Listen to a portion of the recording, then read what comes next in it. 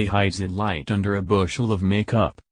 From the moment Woody Harrelson swaggers into LBJ, you can see the glinting intelligence and hear the thudding heartbeat that he brings to the title character. It couldn't have been easy. He's nearly entombed in facial makeup that obscures his own physiognomy, an actor's landscape, while bringing to life Lyndon B. Johnson, a transitional, still contentious figure of fascinating contradictions. This was, history tells us, a politician who early in his career spoke against civil rights legislation yet signed the landmark Civil Rights Act of 1964, a president who declared an unconditional war on poverty at home even as he escalated the war in Vietnam.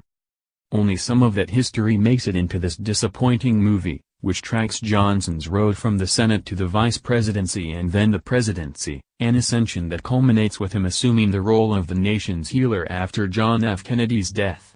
It's a near-miraculous, compressed coming into consciousness. The movie runs 98 minutes, that develops through different time frames and neatly dovetailing scenes that suggest history is plotted by that great filmmaker in the sky.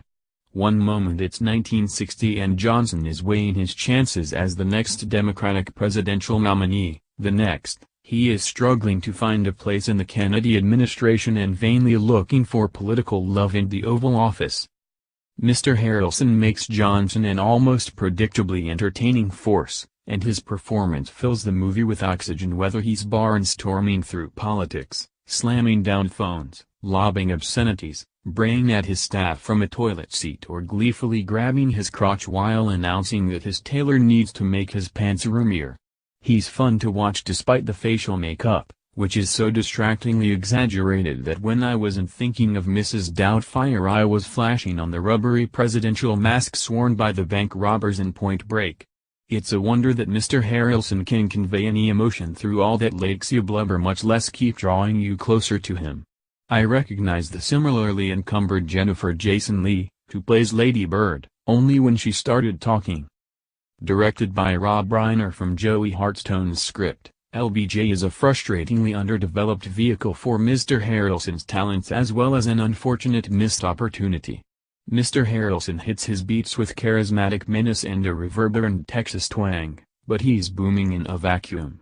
Part of the problem is the filmmakers never figure out why this particular story needed to be told at this specific moment. It feels at once dutiful and arbitrary.